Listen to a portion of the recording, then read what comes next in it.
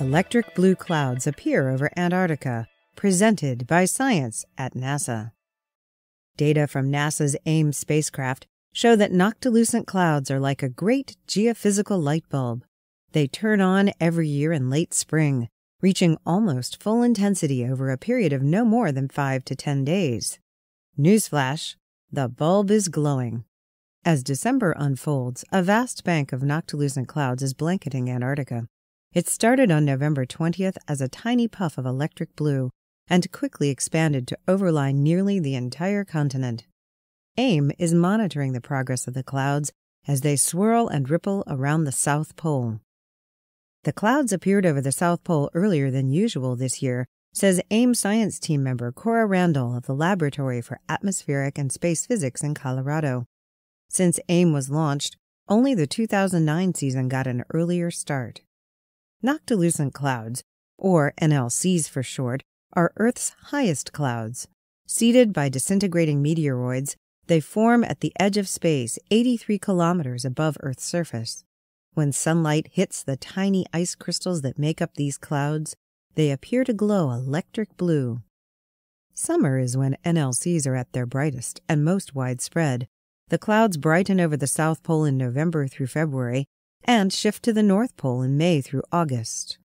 Why summer? The answer has to do with wind patterns and the flow of humidity in our atmosphere. Summer happens to be the time when the greatest number of water molecules are wafted up from the lower atmosphere to mix with meteor smoke at the edge of space. Ironically, summer is also the time when the upper atmosphere is coldest, allowing the ice crystals of NLCs to form. In recent years, NLCs have intensified and spread. When noctilucent clouds first appeared in the 19th century, you had to travel to polar regions to see them. Since the turn of the century, however, they have been sighted as close to the equator as Colorado and Utah. Some researchers believe this is a sign of climate change. One of the greenhouse gases that has become more abundant in Earth's atmosphere since the 19th century is methane. When methane makes its way into the upper atmosphere, it is oxidized by a complex series of reactions to form water vapor, explains Hampton University professor James Russell, the principal investigator of AIM. This extra water vapor is then available to grow ice crystals for NLCs. If this idea, one of several, is correct, noctilucent clouds are sort of a canary in a coal mine for one of the most important greenhouse gases.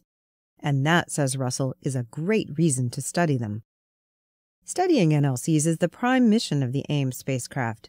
Since it was launched in 2007, AIM has made many key discoveries, including the role of meteor dust in seeding NLCs and the way NLCs are affected by long-distance teleconnections in the atmosphere. More discoveries may be in the offing, as NASA has just extended the mission for another 2 years. For more news from the edge of space, stay tuned to science.nasa.gov.